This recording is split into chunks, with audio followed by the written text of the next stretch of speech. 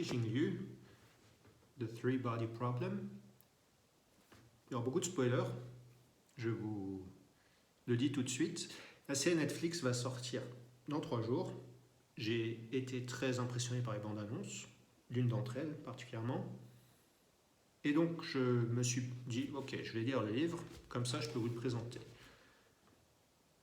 Le livre est quand même assez costaud en termes de, voilà, beaucoup d'éléments qui viennent jouer un rôle, beaucoup d'aspects différents. C'était une lecture qui m'a pas mal travaillé. J'ai eu un peu des échos avec... ça m'a un peu fait des échos avec une lecture quelque chose qu'on avait lu au lycée, le livre d'ICG, Balzac, d'ICG, Balzac et la petite tailleuse chinoise, un auteur qui avait, tout comme Xi Jinliu, ils ont tous les deux vécu la révolution communiste, et on décrit des passages assez, comment dire, surprenants pour quelqu'un d'Occident, de scientifiques qui ont fini par être à la campagne et qui ont perdu tous leurs repères et qui se sont trouvés à vivre avec des communautés paysannes où on les restreignait très franchement quant à leur accès à la littérature, à l'information en général. Et c'était une période intéressante. Donc c'est dans les 2 livres, ça parle de vécu. Dans cet auteur-là, d'ICG, il me semble qu'il a aussi vécu des choses lui-même. Et Xi Jinliu était enfant quand ça s'est passé dans un village très pauvre, selon le petit passage à la fin où il décrit ce qu'était sa vie à l'époque. Donc ça, c'est culturellement très intéressant. Et vient ensuite se greffer dessus beaucoup des connaissances de cet ingénieur, parce que c'est un auteur quand même qui a beaucoup de comment dire, qui s'y connaît plutôt bien avec toutes les théories et qui permet une lecture très enrichissante dans ce sens. On découvre découvre un petit peu le fonctionnement des mondes scientifiques en Chine, de loin, du moins dans un cadre fictif, mais ça a l'air de quand même être assez... on sent que l'auteur aime bien ces sujets-là, ce monde-là, et je trouvais ça intéressant que d'avoir cet aspect bien... c'est de la lecture, c'est du loisir, et tout de même un peu de contenu plus à même de nous stimuler intellectuellement. J'aimais bien cette approche. J'ai pas trop l'habitude de lire de la science-fiction. Le seul livre qui me vient à l'esprit que j'aurais pu lire, qui irait dans ce sens, c'était La guerre des mondes. Et voilà, ça c'était un tout autre type de science-fiction. Dans le sens où les humains et les extraterrestres dans ce contexte-là sont très très similaires, presque un peu miroirs l'un de l'autre. C'était assez surprenant comme manière d'aborder ces 2 mondes. Après, comme je ne m'y connaissais pas tellement par rapport à tous ces sujets, je me suis un peu intéressé sur Internet à qu'est-ce que c'est que The Three Body Problem et ainsi de suite. Mais il y a une petite vidéo très sympa qui est un TED Talk au sujet de ce Three Body Problem, de ce problème des 3 corps célestes, qui est apparemment une théorie de Newton.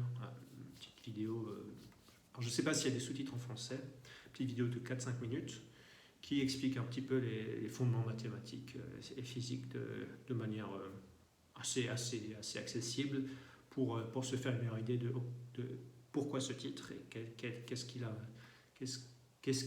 vient jouer comme rôle dans la trame. J'ai également bien aimé aussi les aspects très un peu comme dans... J'ai vu Dune 2 il n'y a pas, Dune 2 il y a pas longtemps, il y a quelques jours, et dans les deux contextes était assez bien exploré la place de la religion, la place là spécifiquement dans ce livre, la place de la science, la place de l'humain au milieu de tout ça, de ce vaste univers. Et il y avait un côté très brutal, presque un peu frontal quant à la réalité des choses. C'était très nihiliste presque, et des personnes très meurtries de par la révolution chinoise, de par dans le contexte des civilisations extraterrestres, de par une existence extrêmement difficile. Et ça se sentait, il y avait un poids quand même un peu dans la lecture aussi, un certain... ouais, alors je ne sais pas trop comment toutes ces spécificités culturelles chinoises vont être transcrites à l'écran.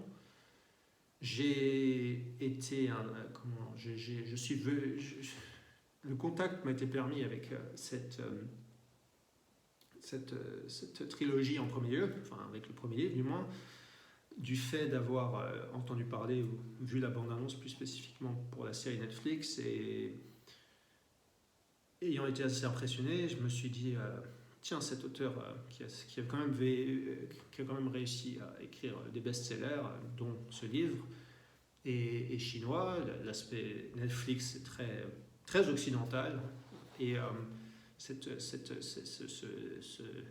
synthèse de ces cultures, comment est-ce que ça va se transcrire à l'écran, surtout que c'est Netflix, c'est quand même une sacrée plateforme, et puis par des réalisateurs de Game of Thrones.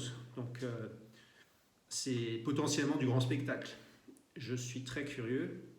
Pour autant, je sais que le contexte chinois ne sera plus au centre. Enfin, ça, c'est ce qui semble être le cas à voir les bandes annonces. Et les protagonistes sont comment dire, hommes, femmes, de différentes couleurs de peau, nationalités, pour une même personne, pour les standards que Hollywood se pose, ce qui, je ne sais pas de quelle manière ça va influer sur l'histoire en tant que telle, mais j'imagine que ça va compliquer les choses. Voilà, à voir. J'ai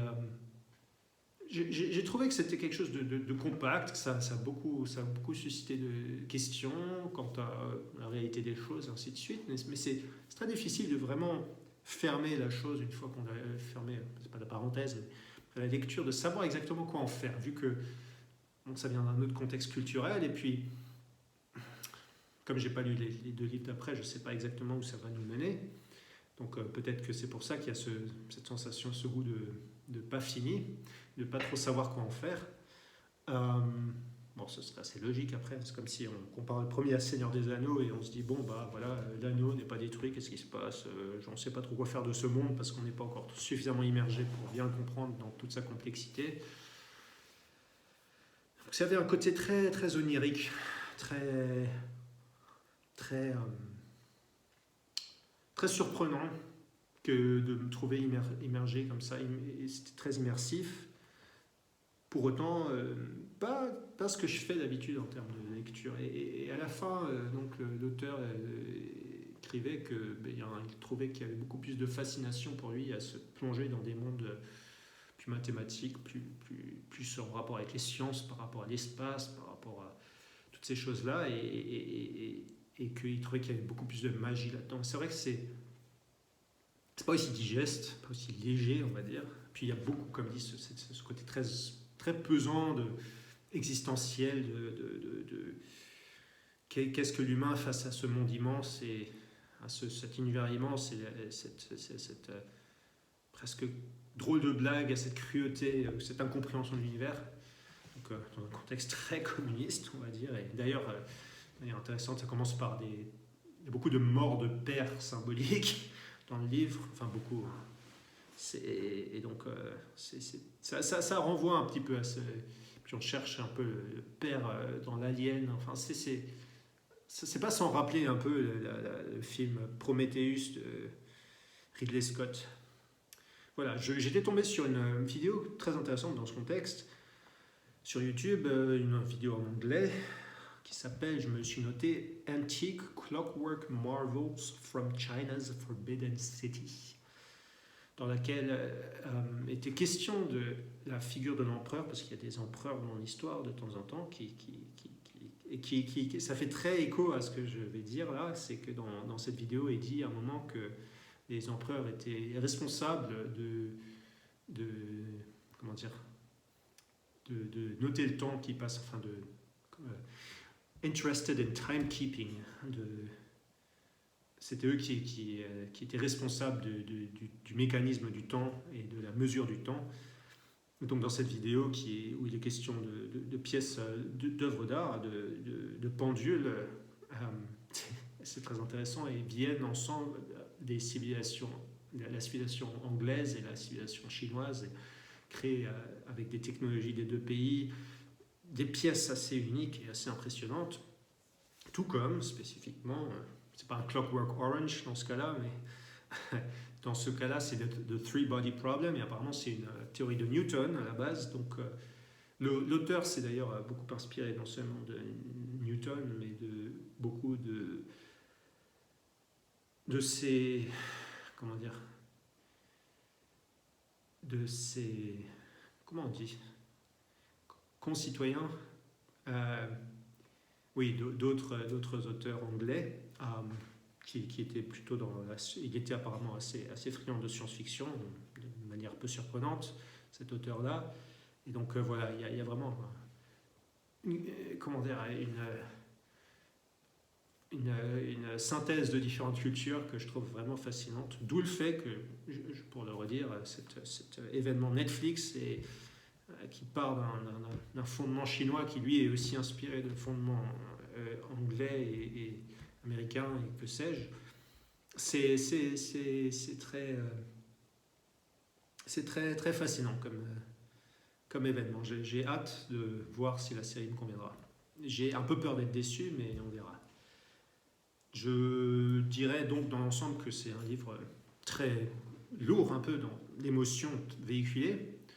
C'est très saturé de choses, d'événements et de points de vue différents, et puis d'annotations de différents trucs. Et il y a même des références à des découvertes récentes dans la science, il me semble de l'an 2000 ou quelque chose comme ça, l'université de Paris, Diderot, et une université américaine. Enfin, de temps en temps, il y a des annotations, on voit qu'il est au courant et qu'il continue à se tenir informé. Si le livre est sorti en 2007-2008, il me semble, voilà, il continuait à baigner dans ce monde-là. Et donc, ouais, et puis après, il y a toutes ces histoires de culture chinoise, de la campagne, des élites scientifiques, de réflexions qu'on peut se faire quant à l'univers, quant à la religion, quant à la propagande, quant aux réalités virtuelles, quant à la science, quant à la place des cultures vis-à-vis des unes des autres, culture extraterrestre et humaine. Et ça renvoie à ce film que je n'ai pas vu, mais donc un autre film de science-fiction